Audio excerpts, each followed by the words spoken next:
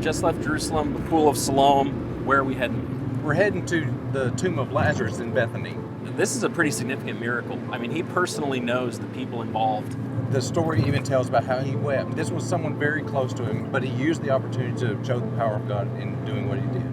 Have you been there before? I actually haven't been there before, so I'm looking forward to being there, but I've seen a number of pictures and a number of videos about it. We're probably going to have to get down on our hands and knees and crawl a little bit. And it's going to be dimly lit, low clearance, and it should be a real adventure. I'm looking forward to being there.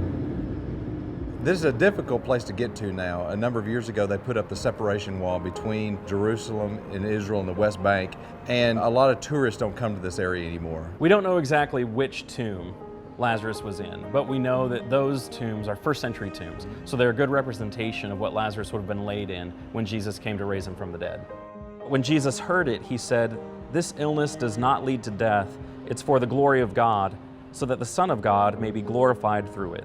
In this moment leading up to his triumphal entry and to his rejection and to his crucifixion, as he gets closer to Lazarus' tomb, everybody that he encounters is saying, if you had been here, you could have stopped this from happening. If you had been here, he wouldn't have died.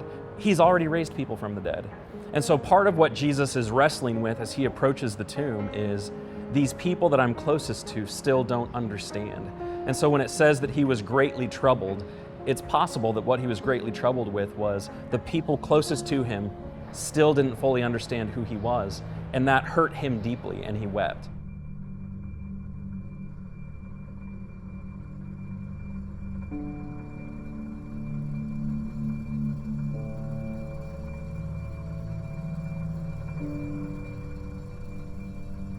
When you get into the vestibule, there's a rectangular opening in the floor that gives you access to just 2 or 3 stairs, and then you have to get on your hands and knees and crawl into the actual tomb area itself.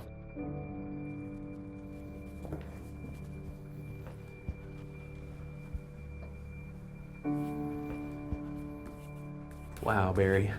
This is really tight down here. It is. It's very stale air. It's not moving at all. No, we're probably 10, 15 feet underground here. It looks like over here there's a niche behind this block wall. You see people have left prayers written on pieces of notepaper.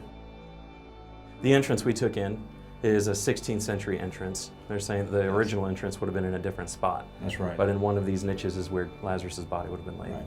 He would have been laid, according to tradition, over here on this side of the room here. Jesus would have been outside in the vestibule area when he called Lazarus to come forth. And of course, Lazarus rose from the dead and came out to meet Jesus. Now, Lazarus had been dead for multiple days. Jesus intentionally waited after he heard that he was sick to give him time to pass away. He knew what he was going to do, even though the disciples didn't. And by the time he got here, one of his sisters was concerned about the odor that would have been there because he had been dead for 4 days. Now, according to Jewish tradition, one of the significant things about the 4 days is that Jews believe that after so many days of death, your spirit finally departed your body. And so for Jesus, he waited that long so that they would have had that understanding, that his spirit was already gone. He was for certain dead before he called him out of the tomb. Right. But Lazarus comes out and he doesn't look like someone who has been buried for 4 days. And so it astonished everybody.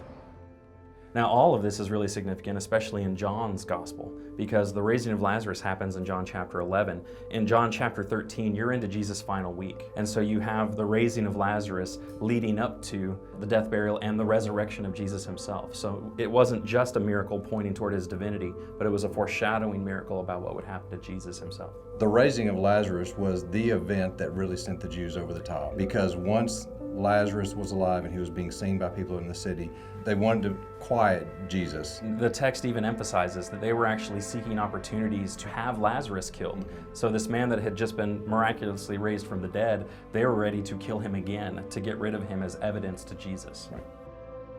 And Jesus lifted up his eyes and said, "Father, I thank you that you have heard me. I knew that you always hear me, but I said this on account of the people standing around, that they may believe that you sent me." And when he had said these things, he cried out with a loud voice, "Lazarus, come out." The man who had died came out, his hands and feet bound with linen strips, and his face wrapped with a cloth. Jesus said to them, "Unbind him and let him go."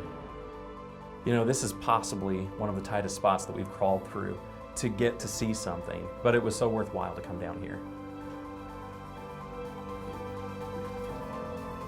Following the chronology of Jesus' time on earth, he's foreshadowing his impending death, burial, and resurrection. If Jesus from Nazareth has the power over life and death, then death is not the end, and we have hope. I'm Craig. And I'm Stu, and we're the founders of Appian Media. We really hope that you've enjoyed the content that you've just seen. This was only made available through the generous donations of so many of you.